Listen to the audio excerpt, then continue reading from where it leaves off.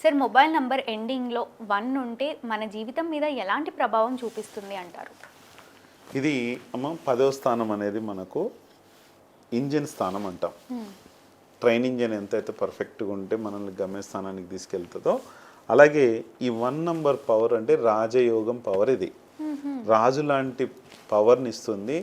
ఈ 1 నంబర్ అనేది రాజు పవర్. ఎక్కడున్నా రాజే, ఎక్కడున్నా ఐడియాస్ ఉంటాయి, ఎక్కడున్నా ఇది ఉంటుంది. కానీ చివరిలో ఉంటే ఎందుకు ఐడియాస్ ఉన్నామంటే ఇది ఎంత డబ్బు సంపాదించినా అవి అలా వెళ్ళిపోతూనే ఉంటాయి గాల్లో. అంటే మీరు ఎంతో సంపాదిస్తుంటారు, ఎంతో ఐడియాస్ ఉంటాయి, ఎంతో డెసిషన్ మేకింగ్ ఉంటుంది, అంతా ఉంటుంది, కానీ డబ్బు మిగలలేదు.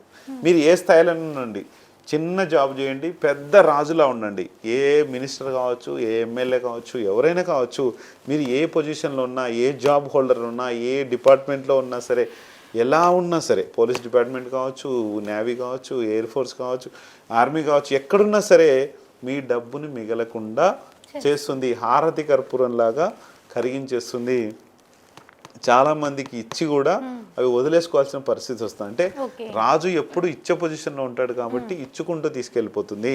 కంట్రోలింగ్ పవర్ అనేది దీంట్లో ఉండదు. కాబట్టి ఈ నంబర్ని చేంజ్ చేసుకోండి. నంబర్ మిడిల్లో ఉండొచ్చు. ఇప్పుడు నా నంబర్ మీరు కింద చూస్తుంటారు. 6th ప్లేస్ అంటే 6వ స్థానం అంటే ఆర్థిక శాఖలో నంబర్ 1 ఉంది.